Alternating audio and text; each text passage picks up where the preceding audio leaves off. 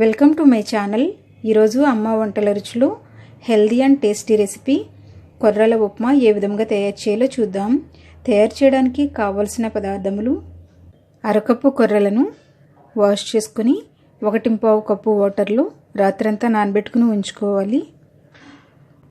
సన్నగా తరిగి పెట్టుకున్నటువంటి క్యారెట్ ముక్కలు 1/2 కప్పు, పచ్చి బఠానీలు 1/2 కప్పు,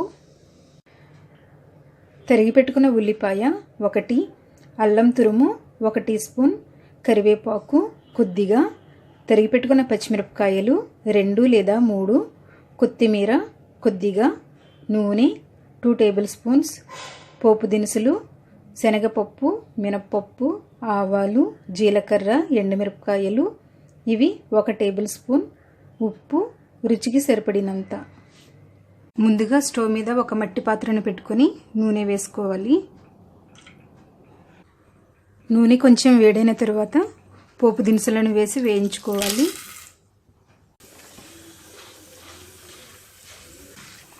ఇవి వేగిన తర్వాత పచ్చిమిరపకాయ ముక్కలు,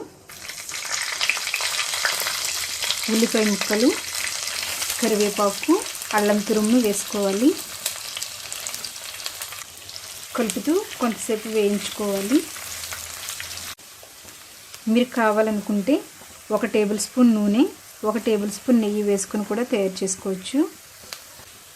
ఇవి కొంచెం వేగిన తర్వాత క్యారెట్ ముక్కలు, పచ్చి బఠానీలు వేసుకొని వేయించుకుందాం. ఇవి పచ్చివాసన పోయేంత వరకు 2 మినిట్స్ కలుపుతూ వేయించుకోవాలి. ఇవి పచ్చివాసన పోయేంత వరకు మీడియం ఫ్లేమ్లో వేయించుకున్న తర్వాత నానబెట్టుకున్నటువంటి కొర్రలను వాటర్తో పాటు వేసుకోవాలి. పొడి పొడిగా కావాలనుకునే వాళ్ళు అరకప్పు కొర్రలకు 1.5 కప్పు వాటర్ వేసుకొని తయారు చేసుకోండి. లేదు కొంచెం మెత్తగా ఇష్టపడే వాళ్ళు అరకప్పు కొర్రలకు 1.5 కప్పు వాటర్ వేసుకొని తయారు చేసుకోండి. తగినంత ఉప్పు వేసుకొని కలుపుకుందాం. మూత పెట్టుకొని లో ఫ్లేమ్లో 10 నిమిషాలు ఉడికించుకోవాలి. మధ్యలో ఒకసారి కలుపుకుంటూ ఉడికించుకోవాలి.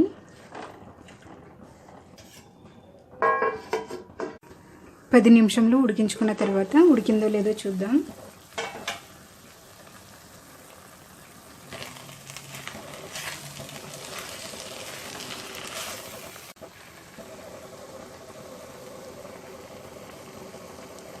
ఇది ఉడికిపోయింది.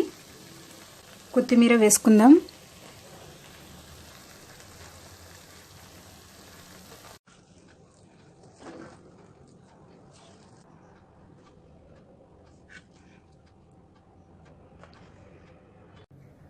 హెల్దీ అండ్ టేస్టీ రెసిపీ కూరగాయలతో కొర్రల ఉప్మా రెడీ అయ్యింది.